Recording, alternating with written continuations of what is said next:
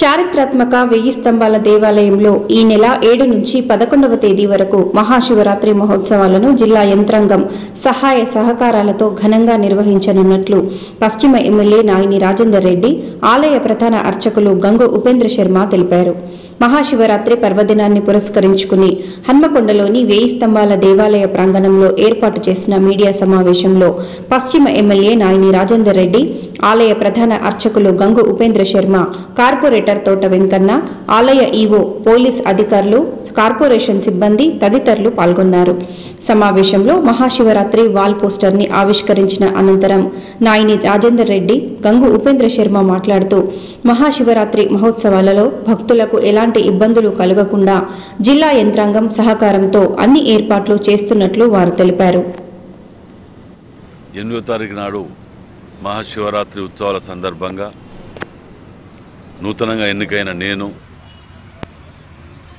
నూతనంగా వచ్చినటువంటి ఏసీపీ గారు, నూతనంగా వచ్చినటువంటి కార్పొరేటర్ గారు, పురాతన నుంచి నాటకపోయినటువంటి అయ్యగారు ఉపేంద్ర శర్మ గారు, ఈఓ గారు, అందరూ కూడా ఇక్కడ ఉపేంద్ర శర్మ గారు తప్ప అందరూ కూడా కొత్త వాళ్ళమే. అందరి సహాయ సహకారాలతోటి ఈసారి కార్పొరేషన్ అధికారులు అందరూ కూడా మంచి పేరు వరంగల్కు తీసుకొచ్చే విధంగా శివరాత్రి ఉత్సవాలప్పుడు 1000 స్తంభాల గుడి అంటే పేరు ప్రఖ్యాతులు గాయించినటువంటి దేవాలయం. దీన్ని ఈ ఉత్సవాలకు ముఖ్యంగా పాత్ర పోలీస్ అధికారులది ఎక్కువ శాతం సిస్టమేటిక్గా, డిసిప్లిన్గా పోయే విధంగా ఏర్పాటు చేసుకోండి. ముందే రియాల్స్ చేసుకొని ఒకసారి దీని మీద, ఎందుకంటే రాత్రి పగలు 24-34 గంటల మటుకు దీని మీద ఉంటుంది. ఎందుకంటే భక్తులు రాత్రి 1 గంట తెల్లారి 2 అనేది చూడకుండా లైన్లో నిల్చొని ఉంటారు. కాబట్టి వారికి అన్ని సౌకర్యాలు కల్పించే విధంగా ఈవో గారు అక్కడ అందరూ కూడా కోఆర్డినేట్ చేసుకుంటూ ఎక్కడ ఆవేశాలకు కానీ వేటికి కానీ తావు ఇవ్వకుండా కార్పొరేషన్ వాళ్ళ అధికారులు కూడా అందరూ దీన్ని సమర్థవంతంగా ఇది చేయడానికి చేయాలని చెప్పి కోరుతున్నాను. అదేవిధంగా కార్పొరేటర్ మా తోట వెంకన్న గారు కూడా వారు ఇక్కడనే ఈ 3 రోజులు కూడా వారికి ఇక్కడనే ఉండేటువంటి విధంగా ఉండమని చెప్తూ వారి గురించి చెప్పడం జరుగుతుంది. ఏదేమైనా ఈసారి గతంలో జరిగిన దానికంటే చాలా ఘనంగా, మంచిగా, ఎక్కడ ఏ అవసరాలున్నా వాటికి నేను ముందు చూసుకుంటా. ఏ అవసరాలు ఉంటే నాకు చెప్పండి, నేను కూడా చూసుకుంటాను. మీడియా సోదరులు కూడా అందరూ కూడా వీటికి సహకరించి ఈసారి, ఎందుకంటే ఈ నెలలనే ఓపెనింగ్ కూడా ఉండవచ్చు ఆలయం, పాత మళ్ళీ ఆలయం గులగొట్టడానికి. ఈ సంవత్సరం అనేది కళ్యాణ మండపం చాలా ముఖ్యమైన సంవత్సరం, ముఖ్యమైన నెల ఇది. కాబట్టి వీటన్నిటిని దృష్టిలో పెట్టుకొని అందరం కలిసి టీం వర్క్గా ప్రజలకు ఎక్కడ అసౌకర్యం కలగకుండా పూర్తి స్థాయిలో నిమగ్నమై అందరం పనిచేయాలని మీ ద్వారా కోరుకుంటున్నాను. ప్రజలను కూడా మీరు చాలా చక్కగా రండి, మీకు ఎక్కడ ఏ ఇబ్బందులు లేకుండా అన్ని మేము ఏర్పాటు చేసుకుంటామని చెప్పి మాటిస్తున్నాం. మీ అందరూ కూడా సహకరించాలని కోరుతున్నాం. అదేవిధంగా నగరపాలక సంస్థ, ఎలక్ట్రిసిటీ, R&B, IB ఇతర అధికారులందరూ కూడా సమన్వయంతో ఉత్సవాలు ఘనంగా నిర్వర్తించడానికి అన్ని ఏర్పాట్లు కూడా పూర్తి చేయడం జరుగుతున్నది. కొంత కళ్యాణ మంటపం పనుల వల్ల కొంత ఇప్పటికే చాలా కాలాతీతమైపోయింది ఉత్సవాల కార్యక్రమాలను. కాబట్టి రాజేందర్ రెడ్డి గారు తగు విధంగా మా ఉత్సవాలు సహకరించడానికి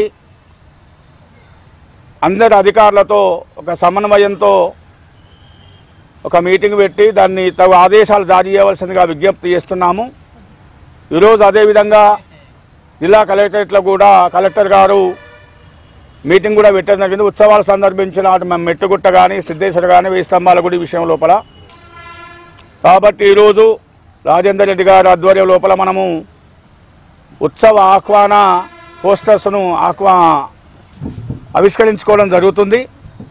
ఎందుకంటే రాజేందర్ రెడ్డి గారు దాదాపు 20 సంవత్సరాల నుంచి దేవాలయంలో జరుగుతున్నటువంటి కార్యక్రమంలో పాల్గొనడం, వారి ఆధ్వర్యం లోపల మనం దేవీని శరన్నవరాత్రోత్సవాలు మహావైభవంగా నిర్వర్తించుకోవడం, సరే కొన్ని అనివార్య కారణాల వల్ల 2 సంవత్సరాల నుంచి వారు పక్కకు జరిగిన దాని తర్వాత కరోనా రావడం తదితర కార్యక్రమాల వల్ల అది జరగడం జరిగింది. ఇక నుండి దేవాలయంలో జరిగేటువంటి ఉత్సవాలందరూ కూడా రాజేంద్ర రెడ్డి గారి ఆధ్వర్యంలో నిర్వర్తించడం జరుగుతుంది. కాబట్టి మీరందరూ కూడా మీడియా మిత్రులందరూ కూడా సహకరించాలి. ఈ నెల 7వ తేదీ నుండి ఉత్సవాలు మహావైభవంగా ప్రారంభమవుతాయి. 7వ తేదీ నుండి 11వ తేదీ వరకు కూడా ఈ ఉత్సవాలు నిర్వర్తించడం జరుగుతుంది.